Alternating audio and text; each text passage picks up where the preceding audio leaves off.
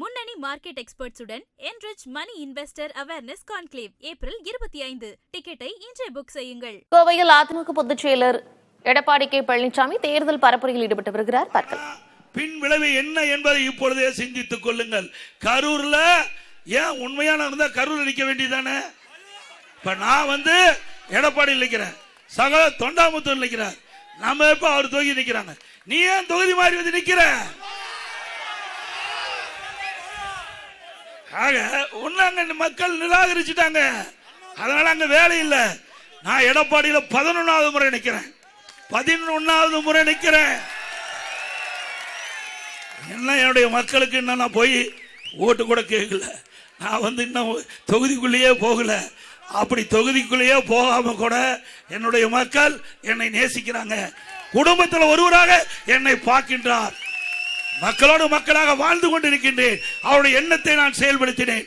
ஆனால் இங்க நிக்கிற வேட்பாளர் அப்படிப்பட்டவரா? அங்க சொரண்டி முடிச்சாச்சு, சட்டி சொரண்டி கமுத்தி வச்சுட்டாரு. இங்க கோவை மாநகரம் செல்வம் கொளிக்கிற பகுதி, கோவை செல்வம் கொளிக்கிற பகுதி மாநகரம். இந்த பகுதியில் சொன்னாங்க ஏதோ முத்திரை வைக்கிறாங்க, எது தங்கத்துக்கு முத்திரை வைக்கிறாங்க. அவர் முத்திரை வச்சுட்டு போயிடுவார். நல்லா உஷாரா இருந்துங்க, அவர் முத்திரை வைக்கத்தான் வராரு. அந்த தொழிலையும் அவர் ஆரம்பிச்சிருவார். அந்த தொழிலையும் ஆரம்பிச்சிருவாரு. அந்த தொழில் இருக்கிறவங்களாம் அம்போடு போக வேண்டியதான். உஷாரா இருந்தா பொழைச்சக்கொள்ளலாம். ஒரு படத்துல சொன்னாங்க, விழித்துக் கொண்டவர்களெல்லாம் பிழைத்துக் கொள்ளாரு.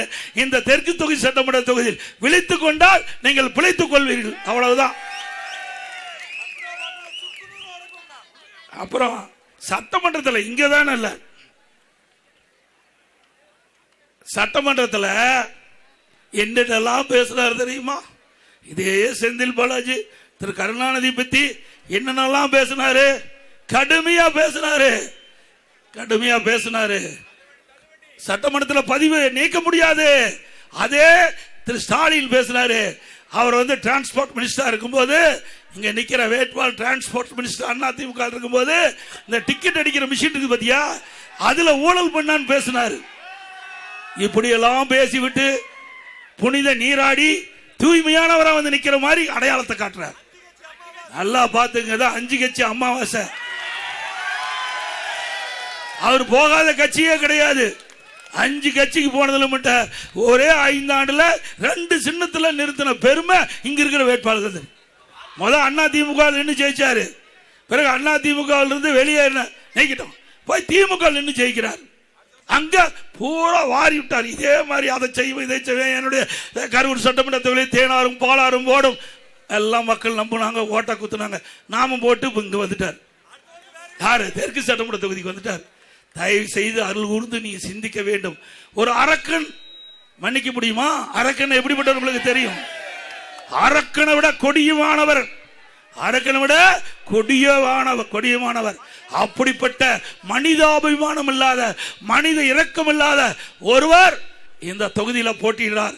அருள் கூர்ந்து தயவு செய்து கொங்கு நாட்டு மக்கள் விழிப்புணர்வுகள், சிந்தித்து பார்க்கக்கூடியவர்கள், எது சரி தவறு என்று எடை போட்டு அதற்கு தக்க தீர்ப்பளிக்கக்கூடிய மக்கள், இந்த மண்ணில் பிறந்த மக்கள், அவர்கள் நியாயமான தீர்ப்பை வழங்குவீர்கள், நல்லவரை தேர்ந்தெடுப்பீர்கள். திரு அர்ஜுனன் அவர்களையும் திரு ஜெயராமன் அவர்களையும் வாணி சீனிவாசன் தேர்ந்தெடுக்கப்படும்.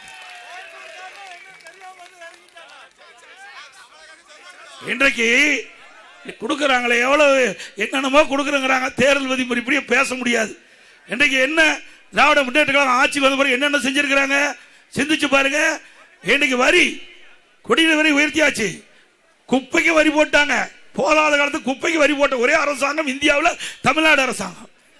வீட்டு வரி 100%, கடைக்கு 150%, ஆண்டுக்கு 6% உயர்வு. கரண்ட் பில்லு, கரண்ட் தொட்டா தான் ஷாக் அடிக்குது, கரண்ட் பில்லு கேட்டாவே ஷாக் அடிக்குது. அப்படி 67% கரண்ட் பில் உயர்வு. எவ்வளவு விலை உயர்வு! இதை கட்டுப்படுத்துறதுல இந்த அரசாங்கத்தில் எந்த வித முயற்சி எடுக்கல. விலைவாசி அரிசி 1 கிலோ 30 ரூபாய் ஏறியாச்சு, எண்ணெய் 1 லிட்டர் 60 ரூபாய் ஏறியாச்சு, பருப்பு 1 கிலோ 60 ரூபாய் ஏறியாச்சு. எல்லா உணவுப் பொருள் விலை வெண்ணை முட்டுகிட்ட அளவுக்கு உயர்ந்து போச்சு. இதை தடுப்பதற்கு வக்கில்லாத, கையிலாகாத, திறமையற்ற முதலமைச்சர் தமிழகத்தை ஆண்டு கொண்டே கண்டார். இன்னைக்கு கோவை மாநகரத்திலே தொழிலாளர்கள் நிறைந்த மாநிலம். இரவென்றும் பகலென்றும் பாராமல் தொழில் செய்கின்ற மக்கள் இன்றைக்கு வாழ முடியாத ஒரு சூழ்நிலை. அப்படிப்பட்ட காலகட்டத்தில் தேர்தலை நீங்கள் சந்திக்கிறீங்க. ஒவ்வொரு வாக்கும் முக்கியம். நீங்க போடுகின்ற வாக்கு தமிழகத்திலே ஒரு நல்ல ஆட்சி மலர்கின்றதற்கு போடுகின்ற வாக்காக நீங்கள் எண்ணி போட வேண்டும். மீண்டும் தீய சக்தி திமுக, ஏற்கனவே பொன்மன உச்சம்பல் புரட்சி தலைவர் எம்ஜிஆர் சொன்னார், தீய சக்தி திமுகவை வேரோடு தமிழகத்திலே அழிக்க வேண்டும் என்று. அழிப்பீங்களா? அது மட்டும் இல்ல, இன்றைக்கு ஸ்டாலின் என்ன, நாம கேட்கிற கேள்விக்கு பதில் சொல்ல முடியல. ஆனா தமிழ்நாட்டுக்கும் டெல்லிக்கும் பிரச்சனையா? தமிழ்நாட்டுக்கும் என்னடா பிரச்சனை வந்து சொல்லு, என்ன பிரச்சனை வந்திருக்கு சொல்லு. டெல்லி இப்ப எங்க தேர்தல் நடக்குது? தமிழ்நாட்டில் நடக்குது. என்ன தேர்தல்? அப்ப சட்டமன்ற தேர்தல் பத்தி தானே பேசணும். டெல்லி எதுக்கு இழுக்கிற? இல்ல, அண்ணா திமுக பத்தி பேசுறதுக்கு ஒண்ணும் இல்ல. அண்ணா திமுக பத்தி எந்த வித தவறான செய்தி சொல்லுவதற்கு அவர்கிட்ட ஆதாரம் இல்லை. அதனால தமிழ்நாட்டுக்கும் டெல்லிக்கும், தமிழ்நாட்டுக்கும் டெல்லிக்கும் அப்பனும் மகனும் மாத்தி மாத்தி பேசுறான். நான் தெளிவா சொல்றேன், அண்ணா திமுக ஆட்சி 10 ஆண்டு காலம் 11 இருந்து 2021 என்ன தவறு சொல்லு, நான் பதில் சொல்ல தயார். உங்க ஆட்சியில ஊழல் நிறைந்து மலிந்து கிடக்குது, ஊழல் நிறைந்து மலிந்து வலிந்து கிடக்குது. அதுக்கு பதில் சொல்ல வக்கில்ல. எங்களை பத்தி பேசுற? நாங்க தெளிவா சொல்லிட்டோம். அண்ணா திமுக கூட்டணி அமைச்சு உடனே சொல்லியாச்சு. அன்றைய தினம் மாண்புமிகு உள்துறை அமைச்சர் திரு அமித்ஷா அவர்கள் நானும் அவரும் சந்தித்து அங்க ஐடிசி ஹோட்டல்ல முதல்ல பேட்டி கொடுக்கிறோம். கூட்டணி அமைச்ச உடனே அண்ணா திமுக பாரதிய ஜனதா தேசிய ஜனநாயக கூட்டணி அமைக்கப்பட்டு விட்டது. அப்ப மரியாதைக்குரிய உள்துறை அமைச்சர் அவர்கள் பத்திரிகையில் இந்தியாவில் அத்தனை பத்திரிகையாளர் வந்தாங்க, ஊடக நபர்கள் வந்தாங்க, பேட்டி கொடுத்தார். அப்பா அண்ணா திமுக பாரதிய ஜனதா தேசிய ஜனநாயக கூட்டணி அமைக்கப்பட்டு விட்டது. இந்த கூட்டணிக்கு அண்ணா திமுக தலைமை தாங்க. எங்க கூட்டணி வெற்றி பெற்று வந்தா அண்ணா திமுக ஆட்சி அமைக்கும். இந்த கூட்டணிக்கு இபிஎஸ் முதலமைச்சருடைய வேட்பாளர், எங்க கூட்டணிக்கு முதலமைச்சர் வேட்பாளர் இபிஎஸ்.